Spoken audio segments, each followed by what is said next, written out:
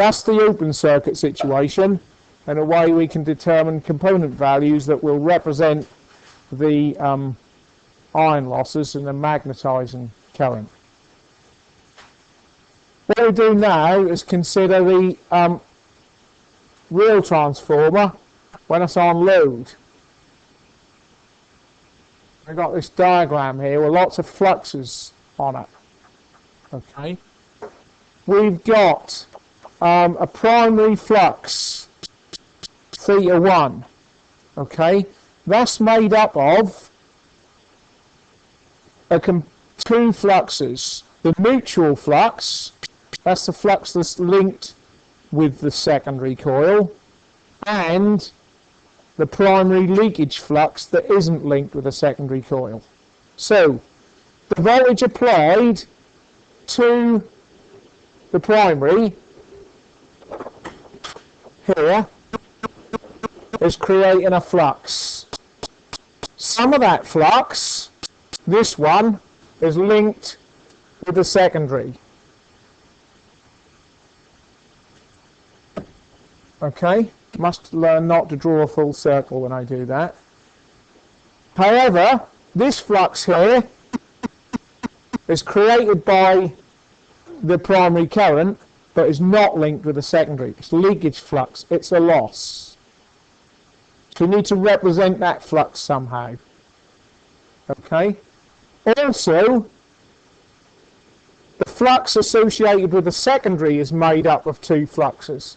One, the mutual flux, and two, mutual flux is linked with the primary, and a leakage flux that isn't. So we need to represent that leakage flux as well. Okay, so the mutual flux is the flux that induces the secondary voltage in the secondary coil and causes a current to flow in the load. The two leakage fluxes don't do anything towards that, they're just losses. We need to represent them. Okay. The current in each coil sets up a total flux that can be found using this formula. So this is the voltage. There's a constant in there. What that does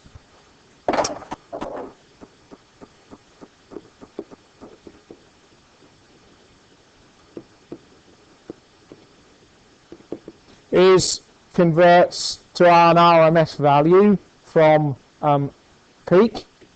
Okay, F is the frequency, N is the number of turns, and Q is the flux. So you can rearrange that for flux if we wanted to.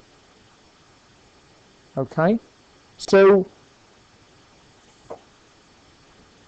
each of those two fluxes are made up of a portion that is linked to the opposite coil, the mutual flux, and a portion that is not linked, the leakage flux. Yeah.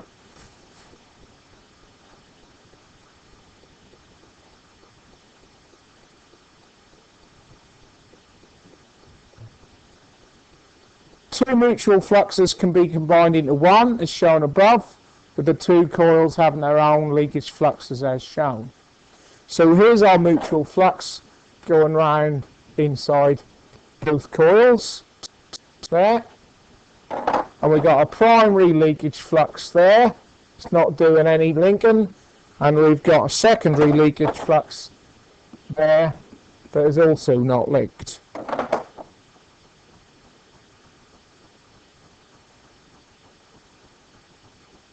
Okay, so what we're saying here is the primary voltage E1 is the E from the mutual flux plus the E from the leakage flux, and so you could add the two formulae together like so, with that being the mutual flux, theta M, mutual flux for both, that's the same, that one's the same for both coils, but the two leakage fluxes could well be different. The number of turns are different, frequency and that constant's the same.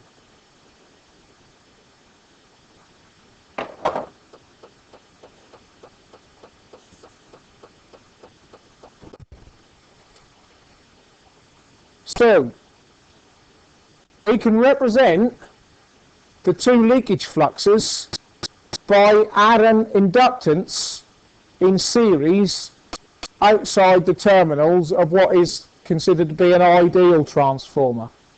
So this bit here, now, within that box,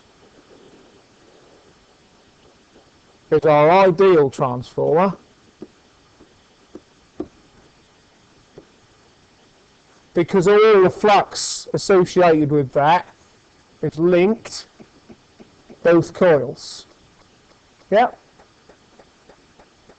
And our leakage flux has been taken outside that and is being represented outside the ideal transformer there.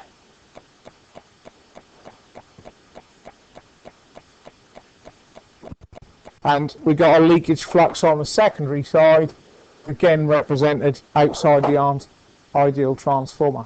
So we're representing them as not contributing to the transfer of voltage, induced voltage from the primary to the secondary. Yeah. So when we pass current through those two components, we're going to get a volt drop A across that one and a volt drop across that one as well. Remember, always remember that these two terminals are the ones that you connect your load to. You cannot put a meter across there or any components left of those two terminals, and you can't put your meter on any components right of those two terminals. They are the actual transformer terminals. This is the input to your output from your ideal transformer, there, and that's the input to the ideal transformer. But on a real transformer, you can't put your instrument on those terminals. It's not possible. We're building a model of a real transformer. Yeah. So they're going to represent the magnetizing effect that's not being used to contribute towards the transfer process of voltage from the primary to the secondary. Yep.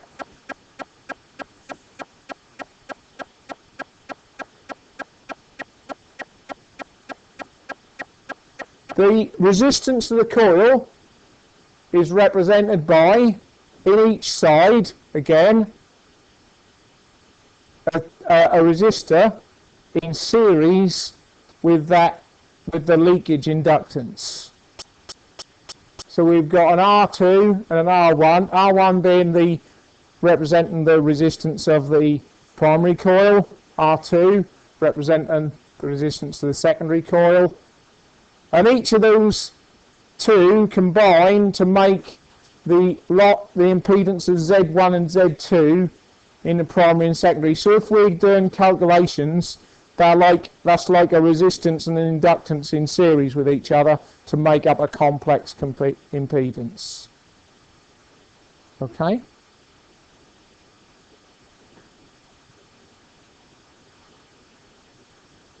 And again, these are the external terminals of your transformer that you can take measurements at. So we're going to get volt drops across these two components that are going to become losses in the system. Yep. And then we're doing the calculations around this model. We're probably going to be using the techniques we used last week to transfer these impedances to the primary side and further simplify this model, yeah, for calculation purposes.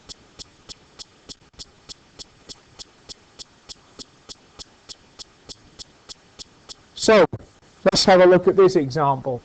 Secondary winder transformer possesses 180 turns. When the transformer is under load, the secondary current has effective value of 18 amps at 60 Hertz. Furthermore, mutual flux theta M has a peak value of 20 millivebers. Secondary leakage flux theta F2 has a peak value of 3 millivebers. Calculate the voltage induced in the secondary winding by its leakage flux, the value of the secondary leakage reactance, and the value of E2 induced by the mutual flux. So, good idea with a question that's wordy like this is to pull this, what I used to do, pull everything you know into a margin on the right hand side. So N2, 180 turns, secondary current 18 amps,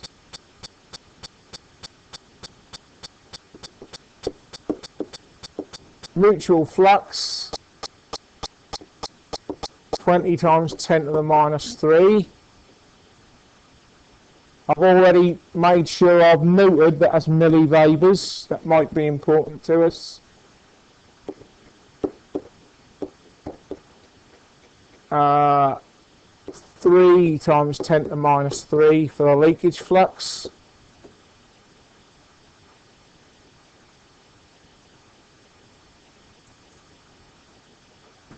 Okay.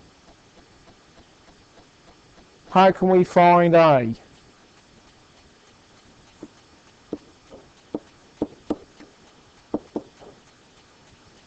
What's that formula? Without looking back.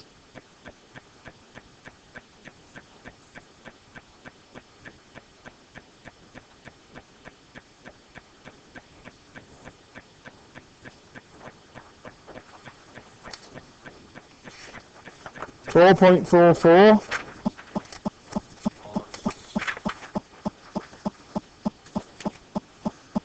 4.44 F N2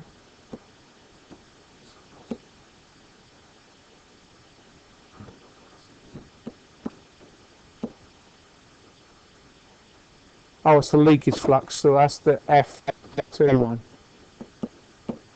Yep. Say it as you write it out. That's a help to remember, isn't it? 4.44 times F times N2 times theta F2. That's 4.44 times 60 times 180 times 3 times 10 to the minus 3. Not particularly difficult maths, is it?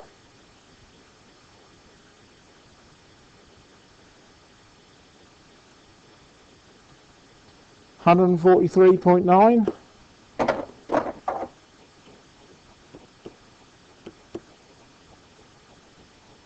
volts.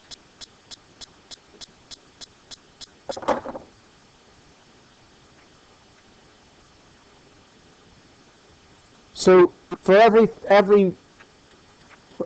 all the voltage that comes out of the secondary side of the ideal transformer model, you're going to lose 143, nearly 144 of it, as the volt drop across, representing the leakage flux. Yep. B.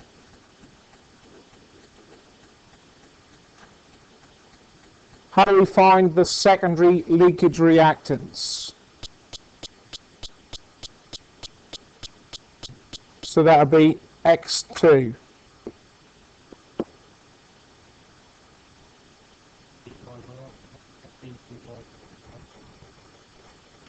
B2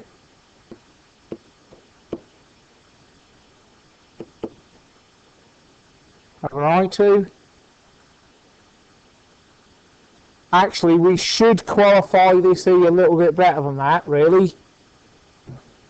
That should be the voltage according to F, the leakage volt drop, if you like. It's that volt drop across that leakage reactance. So that's 143.9 over the 18 amps equals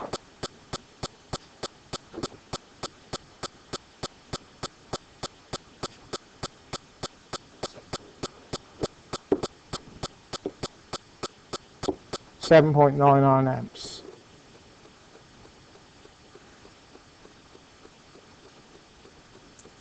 And lastly,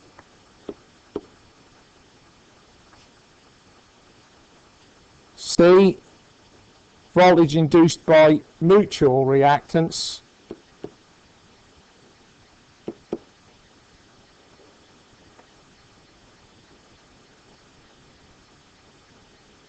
That's going to be 4.44 F N2, but this time theta M, the mutual reactance.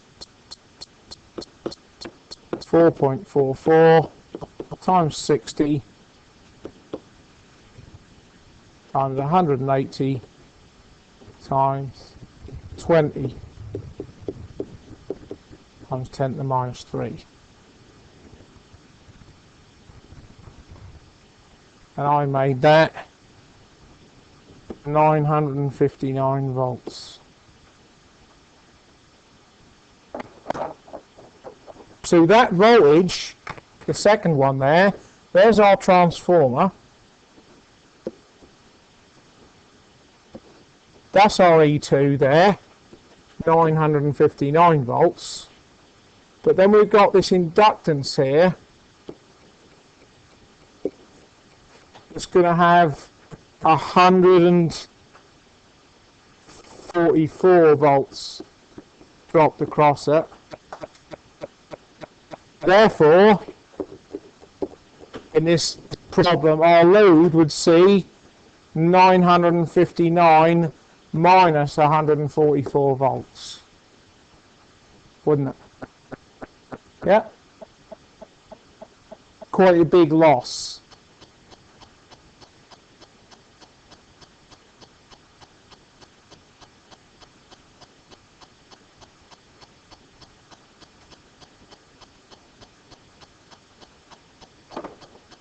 And we haven't even looked at what's happening on this side in this particular problem. It's all been focusing on the secondary side.